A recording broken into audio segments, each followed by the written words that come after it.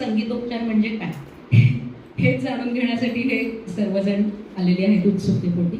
तर मी आपल्याला असं विचारेन की संगीतोपचार म्हणजे काय, आणि ज्या अर्थी इतकी लोक या संख्येनं आपलं हे बघायला ऐकायला आले त्या अर्थी या सगळ्यांना नक्की संगीताची आवड आहे, त्यामुळे ते इतका इंटरेस्ट घेऊन आलेले आहेत. तर आपण जाता येता नेहमी जे संगीत ऐकतो आपल्या कानावर पडतं, ह्यातल्या खूपशा स्त्रिया अशा असणार की सकाळी उठलं की पहिल्यांदा रेडिओ लावत असणार आहेत सकाळची घरची कामं करताना.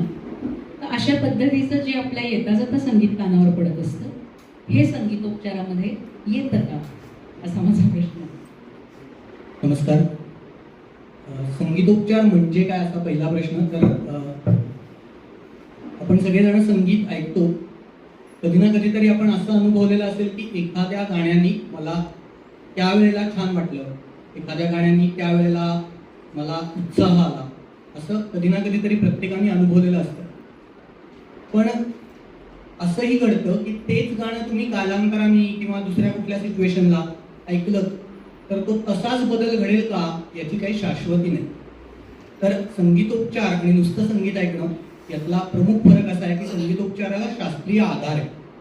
म्हणजे जो बदल आपल्याला अपेक्षित आहे तो मूडमधला असेल, मेंदूमधला असेल, शरीरातला असेल, जो बदल अपेक्षित आहे तो बदल आधी ठरवणं आणि त्याच्यानंतर त्यानुसार संगीताची निवड करून विशिष्ट पद्धतीने संगीताचा वापर त्याच्यामध्ये करणं.